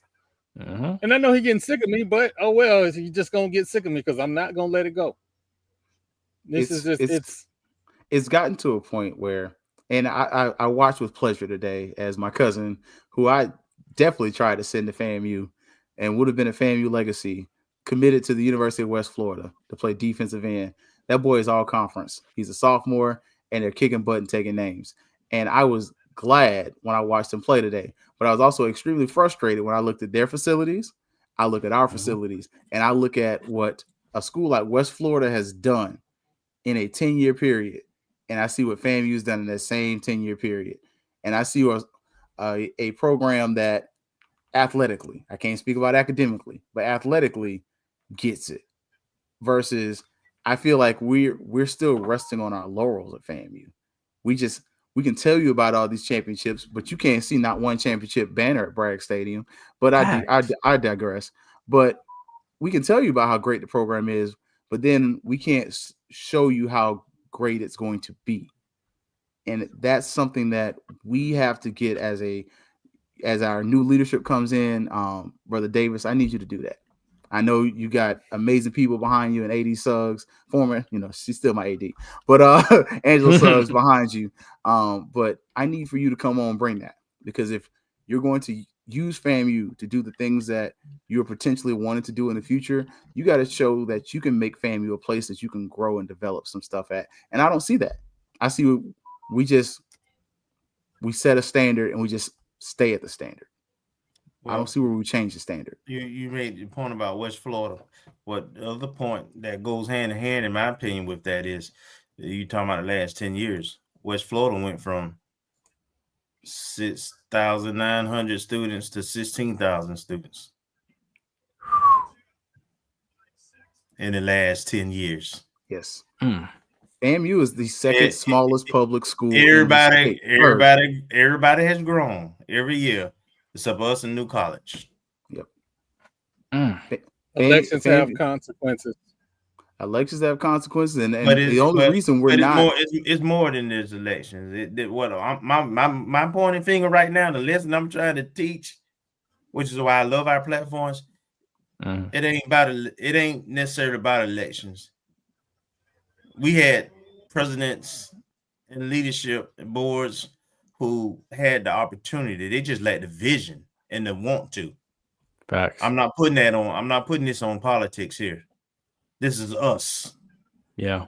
And what we chose to do, we pay top dollar at the presidential level, and we pay top dollar. Yep. If you compare what our administrators make versus what our faculty make, not fair. It ain't right. It's ridiculous. Like, I think what FAMU with they're not doing anything excellent. Yeah, they're not doing that. The students, the faculty, some of the faculty and the students are still excellent, but you can't really point to a whole lot of excellence with the administration and decisions tied directly to them. Where's the capital campaign? for anything, not even athletics. Where's the money from Mackenzie Scott? You know, we got Garami Gate. And we all know the reason why we're not getting that money is because of lack of institutional control. Like we could call it, we could BS around it, or we can call it a spade a spade. She's not giving FAMU money because we lack institutional control. We lack stability. Like, you think about it, this is our second president, third president in as many years, and a lot of y'all don't like her. But then this is our James Colsey has been here 2 years, and he's on pace to go through 6 athletic directors. Like, you start looking at staff turnover. This FAMU is a place of we overcome in spite of a lot of times, and a lot of times we overcome in spite of ourselves, and we lack stability in so many areas. And I think that's the frustrating part of this, because if you look over and you start looking, as Kelvin mentioned, you look at West Florida, you look at these other schools, one thing that most of them have is stability in their leadership. Yes. And that makes a difference. They have an infrastructure. So even when they lose a president, because West Florida just lost their president, but she had been there about 10 years, if I remember correctly. Yeah. And so even though she's not there, the feasibility study, the capital campaigns, the structure is there. And those people who, the blueprint by which the university operates is still there. We have failed to do that, and it's the reason it's going to get a little bit more problematic for FAMU is a lot of the legends and the fighters, they're getting old, or they're dying off. They're not around, and who are we replacing them with? They ain't fighters. They're missing a lot of fighters. It's true. And as you mentioned, you think about it, we didn't have a strategic plan until Larry Robinson was president. Like, you think about it, like the stuff that's being built now and how FAMU actually looks like there's an actual plan to how things are being built. That is from that Larry Robinson plan. Like, they're still carrying out stuff from the Larry Robinson plan. But you think about it, as beautiful as that campus was, don't get him in there. I mean, he was the president. But he was the president, but I didn't say he was all of him. But he was the president. It was none of him. As someone who came from facilities, it was on a lot of those committees, from FAMU way to the new dorms to the turf field. Trust me, it was under his administration. The best part was that they stayed out the damn way and allowed structure and construction programming to move forward without interfering it too much. Had it not been interfered with, the stadium might be wrapped right now. Yeah. There's some folks who actually are professional and know what to do and can do their jobs well, but trying to get through that FAMU. Oh man, they try to get through to make this just plain routine stuff happen. It's difficult, folks. It's difficult. But I will say, it's the Deacon board. Our university looks better. It ain't even a Deacons board, Doc. Yeah. It's the whole leadership. It's the deacons. It's the elders. It's the pastor. It's everybody. The whole church is messed up. Ain't nothing good but the parishioners. Like, I'm just honestly, like. It's a few we can bring something. I ain't gonna throw them all on there. But for me, it's frustrating because I got to work at FAMU during the Humphreys era, and it was always something going on. There was always building. There was always something going on. And so when from 2004 to maybe 2016, it just didn't seem the same to me. That's because them jokers ain't want to be there. Elmira ain't want to be there. Oh, she was my president when I worked there. Look, that lady was. I never forget. She walked up in our building and she was like, "Why y'all talking to me? Why y'all bothering me?" And I'm like, "Well, first and foremost, I'm the only FAMU graduate that works here. But secondly, you're half of our boss, and I'm on the FAMU half, so you're my boss." And it, like, some of the jokers ain't want to be there. And some of that was because of the people they were working with too, though. So it wasn't always just on them. Yeah, man. But football, back to the cozy thing. I mean, it's pretty much an easy decision at this point. It should be. Yeah. I think the benefit of it being Michael Smith, the good and the bad is Michael Smith gonna make that decision, and then he goes back to sitting behind his desk and doing his thug thizzle. Like, he's not going to be the AD, and he could take the blame for it. And honestly, if I'm Davis, I tell him go do it. You could be the fall guy. Yeah. I almost told that man leaving the Classic because I saw him drive off in his rental car. I was about to tell him, go get Quinn. Go get Quinn. I kid you not. That man was driving off with his wife in the passenger seat, had two hands hanging out the car, or two fingers hanging out the car. And I was about to be like, Mike, go get Quinn, man. I'm gonna tell you this: between me, you, and the gate posters, old folks say Davis has already been told by multiple sources to make a change. So I don't think Davis is gonna get to make that decision, though. Oh yeah, no, I don't think he will either. Yeah, I don't. It's gonna have to. It's gonna have to happen. My timetable was it's November 29th now. We need to see some movement on that front if they're going to do it between tonight and December 5th. And you got to find some. Truthfully, in my opinion, you got to go find somebody before Christmas. Before Christmas, I think. No. I hate to say it. No, this need to be this at most need to be a 2-week turnaround. Yeah. And I think this is what the NFL coaches say. See you Wednesday. I think by Wednesday you have a decision on this current coach, and I think by the following week you have a decision on the next coach. I feel like at this point, this is just my opinion, because of the herd mentality as well. You're going to have a strong push for a candidate like Quinn Gray, and it's going to be part of it is, hey, we know that's what they want, but it's also he's winning, he's doing well. And he's shown that he can rebuild a program. And I think that's enough for a lot of people right now. The GPA thing was big as well. That was a very big thing.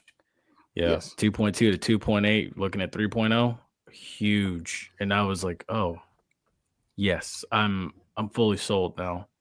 So, and then again, continuously winning, if he wins that Division II national championship, I mean, like you said, his price goes up, but every round he finishes, the price goes up. Exactly. Yes. Oh, yes. But it's like Tom Brady said when he signed here. It was a no-brainer. That's what it becomes too. It's a no-brainer. So, that's who I'm sticking with. No. I see. Yeah. Wait. Hold on. I will definitely address this. The reason. Go ahead. So when it comes to a coach like Deshaun Jackson, they have to add something to your program. What does Deshaun Jackson add to FAMU besides a name?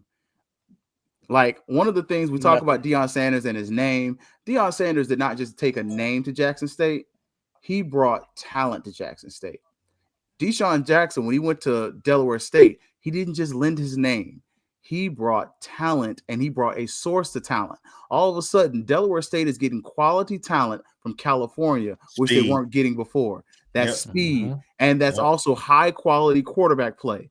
The best quarterbacks in the nation routinely come out of Texas and California, normally, and sometimes Georgia. So, and then you added Portis on the roster, who's a Florida guy. So now you added two vital recruiting hotbeds to a place that is otherwise absolved of talent, and that is really dependent on states like Pennsylvania for talent. So when you're talking about bringing a celebrity coach in, what value are they adding to your program other than their name? And what are you bringing to FAMU besides your name? Because respectfully, your name don't mean a damn thing at FAMU, because we are FAMU.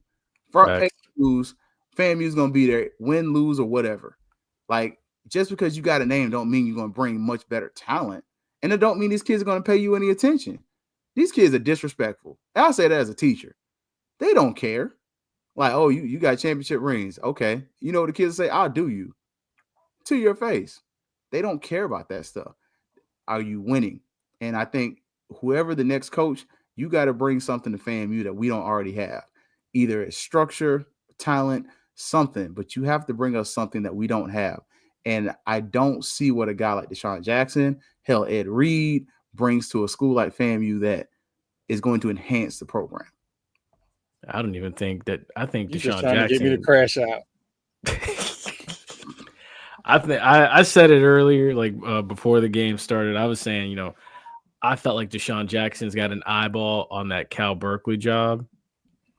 Honestly, because look, they just fired their coach. That's where he played at. He made a name for himself there. And then it's too obvious. Like, it wouldn't shock me. I'd hate to see it happen to them, but it wouldn't shock me if he's on the first thing smoking out there to Cal Berkeley. Because again, that's what I feel like these NFL players are doing. They're using HBCUs as a feeder program. Exactly. Entry level. It's like when you go from AAA to the pros in baseball. That's what it is. That's what they're using it as. And yes, Israel, even though you're a Jackson State fan, he does win. And you know what? He's winning so that he can go out to California, so he can go back to where he came from and rebuild Cal Berkeley. So that way he can start. Hold on. But let's be honest, guys. Everybody who works, who has a job, they ain't committed to the job just to be committed. They waiting on the next best opportunity. They trying to build their resume to go on to. So that part don't bother me as long as when you come, you come in to be successful at what you do and you execute that. And then when you move on, you know, I wish you the best. Yep. So I don't think we should hold that against people, you know, because they're not going to be lifers. Nobody's a lifer no more. No. In the industry. And so we just have to accept that part of it. But man, if you can come in, lend your name, bring some notoriety, you got more notoriety than they ever had. They don't got more wins than they ever had. And what people don't know about Deshaun now, his mama is a product of HBCU. I did not know that. A Florida HBCU at that. Wow. Bethune-Cookman. Okay. I don't know if she finished, but my understanding she went there at least for a couple of years. So okay. So you know, I wouldn't poo-poo on Deshaun now. I'm not poo-pooing on Deshaun. I'm just gonna say this. Just like Florida A&M, Cal has a specific style of play that their fan base likes. What he's doing at Delaware State is the antithesis of that. So once he gets his quarterback and has a full complement of offense, it'll be a little different. But right now, I think they might wait one more year for him. He can't bring in the talent. Like let's call the spade a spade. At Cal, you can't bring in the same talent that you can bring in a Delaware State because they don't academically qualify. And I think that's something that, you know, FAMU has a little bit of that. Not like Howard, which that's part of what made the Howard loss so damning. But it's the fact that you're bringing in a different level of talent. So I think for Deshaun Jackson, I could actually see him at a place like a San Diego State, new facilities, Southern California. I could even Sacramento State or UCLA even, because Sacramento State has proven that they're willing to swing fences to bring in big names. Mike Bibby is their head basketball coach. You don't think they'd be willing to bring in a Deshaun Jackson when, I mean, granted, I don't know if you want to walk into that mess that they have as an athletic department. We talk about FAM, they got a whole mess themselves. So I think that's pretty interesting. But I'm with you when it comes to these celebrity coaches. They're using our HBCUs as a entry-level job, and they're getting to skip over people who are actually qualified coaches a lot of times that have jobs. That bothers me. The coaching job description has changed. One of the things that I liked about Willis Simmons was he understood that change and he rolled into that change. It's a better example would probably be Lane Kiffin. Lane Kiffin probably made himself $20 million because the University of Florida was flirting with him for 2 years. Did he sign the papers already? I haven't heard anything. He hasn't signed anything yet, but so reportedly Ole Miss is offering 120. So I saw that. Yeah, they said money is no option. Yeah, they got SEC media rights steal money. I'll talk about that on another day. But coaches can't just. It's great that you're a great coordinator. It's great that you know defense. But in this age of coaches, can you galvanize the fan base? Because you're just not selling the fans on, hey, I'm going to win games. You selling them on, I got the resources now to go get the best talent so that you can see that exciting brand of football that you used to seeing here. And for all this resource stuff, if you're having problems with resources, you are not selling the vision that you have to the stakeholders that can get you the money to get the talent that you need. That's just my opinion. Yep. I was coughing because I saw Fred McNair's name up there. I was trying to play cool and ignore that. Yeah, I was like, y'all gotta be tripping. Look, everybody's not a fit for FAMU. Like, and that's unfortunately, true. You can drop all the names you want. Everybody's not for FAMU. Just like all of us aren't for you. Like, I ain't for everybody. I know that. Like, I'm very high energy. Either you like me or you don't. And I'm cool if you don't. FAMU is one of those places where if you are not ready to be in that crucible and understand, like, we all ask questions about Quinn Gray. This would be Quinn Gray's second time on staff at FAMU. He played at FAMU. He was offensive coordinator at FAMU, and he was the offensive coordinator when the head coach got fired at homecoming. Joe Taylor and Earl Holmes. Yep. Yes. So he understands this monster. And so, is FAMU a ginormous program in this grand scheme of college football? No. But at this level, FAMU is a big program, and FAMU's alumni, you, as Troy said, you got to find a way to galvanize them, but you also got to be able to manage the noise. And everybody can't manage us. We've seen athletic directors not be able to manage us and crash out in front of us, like NFL Hall of Famers. Kellen Winslow. I wasn't gonna say no names. You got that Buck thing behind you, but I mean, he wasn't a Buck. He wasn't, but his son was. Wasn't Junior a Buck for a second? He was, but we don't acknowledge him. That's a crash out. Jailbird. Ibis. He was an Ibis. He was one of them Ibises. Dirt eating birds. Anyways, look, I never saw Ibis. I moved to Central Florida. I'm like, what the heck? Oh, that's never mind. Anywho's, but FAMU ain't for everybody. Like, and you can bring any coach you want to and try to put them on staff. They ain't gonna last for 2 years because we will run them off as a fan base, and they're gonna say that we are some of the most disrespectful people, or that we are not supporting them or whatever. And guess what? If we don't like you, we're not gonna support you. Ask Tiffany Dawn Sykes. Bingo. FAMU will cuss you out and give you a rib sandwich at the tailgate. And will. We ain't gotta like you to love you. And will. And we're not a dumb alumni base and fan base. That's one of the worst parts about FAMU is you actually dealing with highly educated people, a good amount of people who are gainfully employed, and not just that, you're dealing with people who are used to success. And I'm sorry, you can't offer me pork and beans when I'm used to rib sandwiches. I'm used to the good stuff. And this right here, this ain't even beanie weenies. This some bull junk. It's baby food. We're rummaging through trash cans. Yeah, we'll break it down. The key point, we will break it down. It don't take long either. Some folks had predicted this season as soon as the Howard game was over with. I was on his ass. I promise. They already broke it down. My dad was one of them. I ain't gonna lie. My dad was like, I got 5 wins going for the rest of the season. Like, man, I don't see 4. Like, dang, Pop. No, that was me. Yeah. I was after the Alabama State game. That's where I was. I felt like after Orange Blossom Classic, I was like they could still rally somehow, some way. But then Alabama State happened, and I was like, nah. Hey, but no, I knew we was in trouble when we got the quarterback situation wrong. Yeah.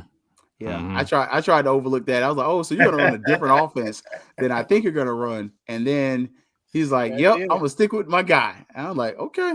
Loyalty will get you killed. Guess what? Other thing, Mhm. fired. Bingo. But one other thing though, before we do wrap up, I'm gonna bring back up the schedule for next season and how it looks so far. Mind you, I did not have time to wipe out the Celebration Bowl and SWAC championship.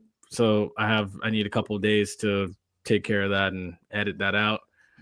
But South Carolina State rumored to be the Orange Blossom Classic opponent November 12th against Miami, and then September 12th against Miami down in Coral Gables, and then November 21st is against Bethune. Those are the only dates for sure, but the rest of these you bring. I would say you bring closer back. We looking at 0-4 with that schedule, starting the season off. Mm-hmm. I agree. Here it goes. I think it's gonna be shot. Yes. OB season L. The way I see it right now, I agree. And the way I see it right now, I agree. And they're not a good team, in my opinion. All. They're not a good team. That was the worst part about the Florida Classic. Like I said it on the Monday show. He did not try to win that game as a coach. Like neither one of them jokers was trying to win. I ain't got that much faith in Marshall Faulk yet. He got to show me something. Yeah, but do you trust Colsey against Marshall Faulk? I don't know. I don't know what staff Marshall Faulk brings in. That's the question. Well, it doesn't matter to me. We held nobody outside of Howard under 26 points. Nobody. Yeah. And I don't see that being Fitz. And I feel like some of those same players. Lord forbid we try to play a D2 and schedule Albany State next year. That's a L. He might get fired at the 50-yard line. Oh yeah. Oh, 100%. 100%. With Albany State coming off the run they only got 6 scenes, only 4 of them play, and what they recruit, and that quarterback being back. Oh, the quarterback is back next year. Oh, he got another year. So Knowles has another year. Interesting question. Like, Troy, I don't know how Troy left. He did be right back. If something happens, right? Would you take Albany State's quarterback over your quarterback room right now?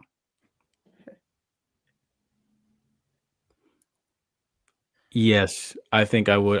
It may take him a game or two just to adjust to the speed, but I think he has a higher ceiling than what we have now. I definitely think he'll be a fifth-year senior, man. He done played a lot of successful football. He's a dual threat. He knows the system. If he coming with a coach, yes. Okay. Let me see. I'm trying to see. Did he have a turnover against us? Like, did he throw an interception? No. Did we have any interceptions by that point in the season? Yeah. We wasn't turning nobody over back then. I think we had one interception in the Orange Blossom Classic. Yeah. Oh wait, here we go. Let me see. Dang, where is he at? Okay, here we go. All right, there we go. Nice. Let's see. So looking at the box score, no, we didn't pick him off. He had one touchdown against us, and then he had 24 yards rushing against us. He was 17 of 31 for 201 yards. And that one play away. One kickoff. We got lucky to win that. Yeah. I said that, and y'all were like, we got lucky to win that one. Yup. Wait. Ask Troy that same question, though. Okay, Troy. I had the question. I played Troy for a minute. In the event something does happen, and all of a sudden there's a former FAMU quarterback with NFL experience that comes back to FAMU, would you take the quarterback at Albany State over our quarterback room next season? No. You make sure you keep that dude that was a JUCO All-American in your house. You do not let him get on a bus. Yeah, he actually can. He can. I don't think he played more than 4 games, so he can actually redshirt. So he still have 2 more years left. Yep. No. He played 2 years in JUCO. He has 3 years left if he doesn't redshirt this year. So with a redshirt, he has 4 years left. Gosh. Look, I was trying not to say the name. Y'all already know. Like y'all know who I'm with. Like I've never wavered. Yeah, we screwed that up massively. Like yeah. I said from the word go, and I love the growth I've seen from RJ. You know, so I can't take that from him. But what I would have liked to have seen was to have him slowly brought in, let him learn the offense, let him sit behind the guy. Because let's be honest, you shot double middle fingers to Jet in the game. You let him start, and then when he started struggling, you didn't do the favor you did to RJ when RJ was struggling and pull him. Just let him say, "Hey, figure it out." He has favorites. This is actually a good one. The kid from Reigns, yes. I heard he good. I saw that boy 100 touchdowns the other night. Oh, dude. Hey, if only reason he's not going higher because he's 5'10". Yeah, I heard he's short. If he was 6'2", wouldn't even be a conversation. They say that boy's a gamer. I showed his film 2 weeks ago on here after the Alabama A&M game, and my gosh, Really? he's one of them. He's one of them. I was saying to myself, I'm like, his receivers are nice too, but I'm like, why have we offered his wide receivers? Because I'd take some of them too. Is he more like a Daniel Richardson or more like a Leon Campbell? Got to be a fan. You want to know that. No, he's definitely a Daniel Richardson, but more athletic version though. Yes, that's a good analogy. I would say yes, definitely more so that y'all got to give me some grace and understand my trepidation. Remember, I lost an eyebrow to a sub 6 foot quarterback. So which one was this? My trepidation. Yeah, which one was this? This was the Jackson State game at Jackson. Man, that wasn't his fault. That was the coach. Yeah. All I know is we had a lead. I was texting and talking noise, and then live on air, I was shaving off an eyebrow. So I did. I was in the swamp that game. I was so bad. Understand? I just give me 6 feet. That's all I need. Because I've seen what 6 foot quarterbacks can do at FAMU. That's all I'm saying. That's all I'm saying. I haven't seen any. Do I see anyone on the OL to take? She was asking about like from Reigns. From Reigns, she was talking about. Now here going to see, because I go see a high school game every Friday night. I've seen some around here, like between Armwood and Tampa Bay Tech. I've seen a couple. Now I won't get a chance to see the other talent out there until the state championships are televised on TV. But I would bet, like, if they look anything like what these farm boys at Armwood and Tenoda look like, and what those boys at Tampa Bay Tech look like, you have your pick of the litter. Or you can go down to Lakeland. Some more schools like that. Lakeland, Bradford. They had some nice looking linemen on that squad that was undefeated. Yes. And Lakeland came down here and gave to Edgewater last night. Yeah, I watched that game. Yeah. My wife was working it. I couldn't make it. It was me and the kids. I need to see if they're home next week. That's the one I want to go see next. Who? Lakeland? Yeah, I want to go see Lakeland next week. No. Let's see. They play bowls. I think they play bowls. Ooh, that's gonna be a hell of a game. That's a good game. It's a hell of a game. Bowls is it Jacksonville or is it going to be down here? I think it's going to be in Jacksonville. At least that was somebody on the chat said when I was watching it. Snap. Dang. That means I better just go see Armwood again. All right. And I know Jones. I don't know who Jones got. I got to see what they got. I might make my way over there for that. I don't be messing with Jones like that, but hey. EA wants to know was Bonner 6 feet? Was he? I'm about to throw y'all head coach under the bus. Man, you ain't doing nobody else done. You seen the memes? I'm just now seeing them. Oh my God, it is bad. FAMU people, we something else. I am off Twitter for a reason. That's wild. Oh no, it ain't even Twitter. It's the Facebook already. The Facebook meme. You ain't seen the meme with him standing? I seen that one. I saw that with the headsets on. I said, y'all pay you folks hell, boy. And the bus leaving them. Y'all pay you folks hell, boy. Y'all folks, like we said, that was fast. Everybody. Man, that's in 30 minutes. We got to recruit more in the Tampa Bay area. Yes, and I don't mean transfer portal. Like, we got to recruit the guys. We got 3-star guys here, 2-star guys here that they aren't going to get to a Florida or USF. They would be instant stars in this way. The whole state. The whole state. About it, like, with the advent of the transfer portal, it hurt those high school kids to the point to where you have 2- and 3-star talent that is just some of these kids. I told you, my cousin went to West Florida and all conference as a sophomore. Like, they can't stop him. He's 6'1", 245, so he's not huge, but can't stop him. Actually, I think he's your cousin too, Kelvin. Oh, yeah, because he's on my mom's side of the family. So yeah. Dude, it was I was telling Ryan Stanley the week of homecoming when we had him and Marcus on, like, I told him, I was like, dude, the kid that plays quarterback at Armwood High School right now, he reminds me of you, only he's a little bit skinnier, but he's committed to USF right now. Did we try to get that kid on campus? Did we talk to him? That kid can sling it, and if you look at their offense, it's so fluid and so quick. And you think it was a Division III school, that their offense looks so good. They might win states this year because they don't see a true threat. Honestly, they don't. Question, JPeeps, when you're talking about the fluidity of some of these offenses, have we seen our coaches go to coaching clinics in years?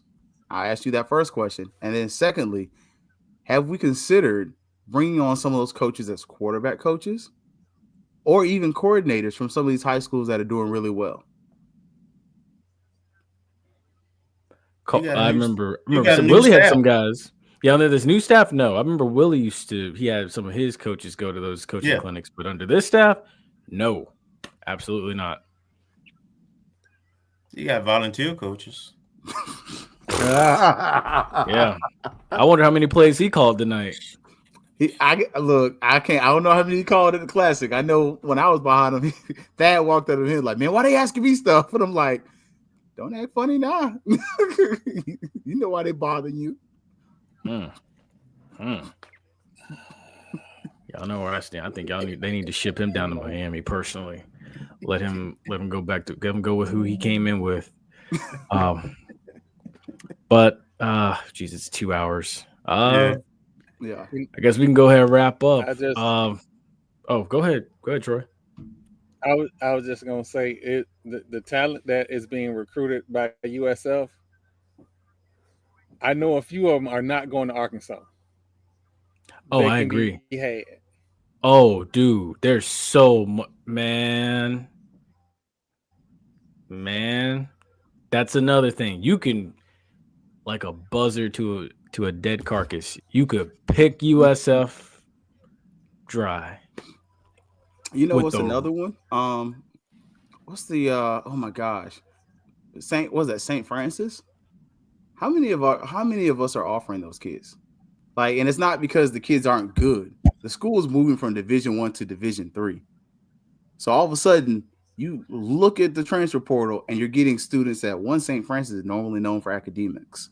So they probably got decent grades, but 2, they have Division I experience, and they are dropping off a lot of their players because of the schools just dropping down levels. So, I don't know if we're taking advantage of some of those things. Well, fellas, we getting transfers. Number one, we got a bunch of them. But number 2, this particular team ain't necessarily losing because of talent. I mean, there's some talent on the squad. And many of us think that there's more talent on the bench than it is playing. You ain't lying about that. Because the favorites are the ones playing, but they're not necessarily the best players. Yeah. Oh, number 19, boy, they were dragging him in the mud today again.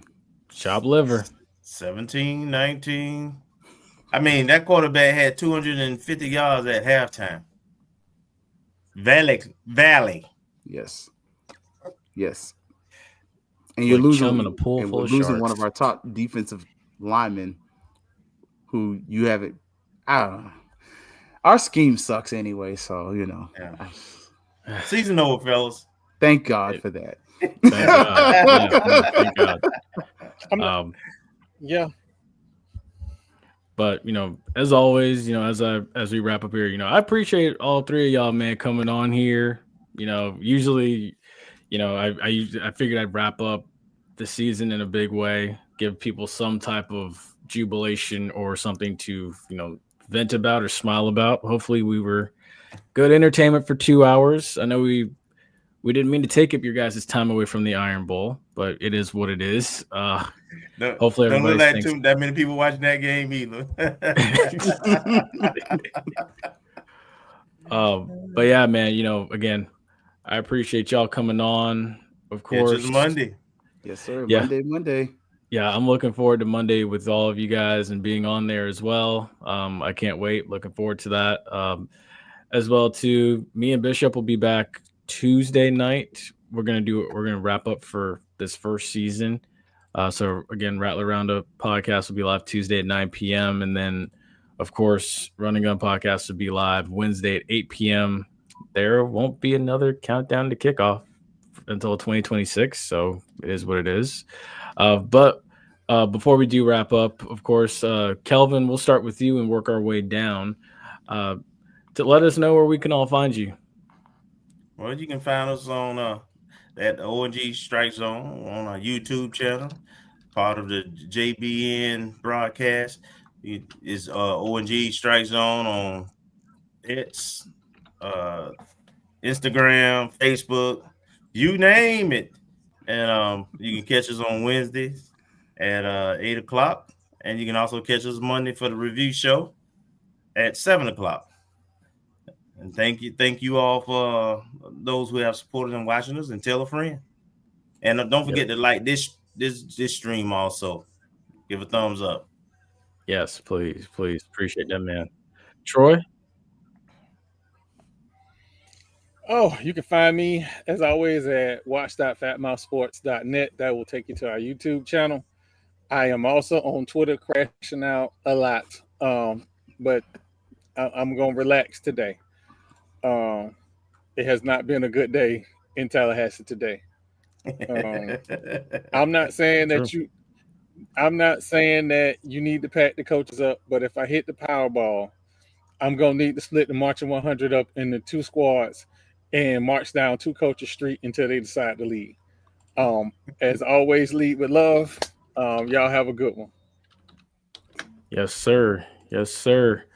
And Keith, let us know where we can find you as well, man.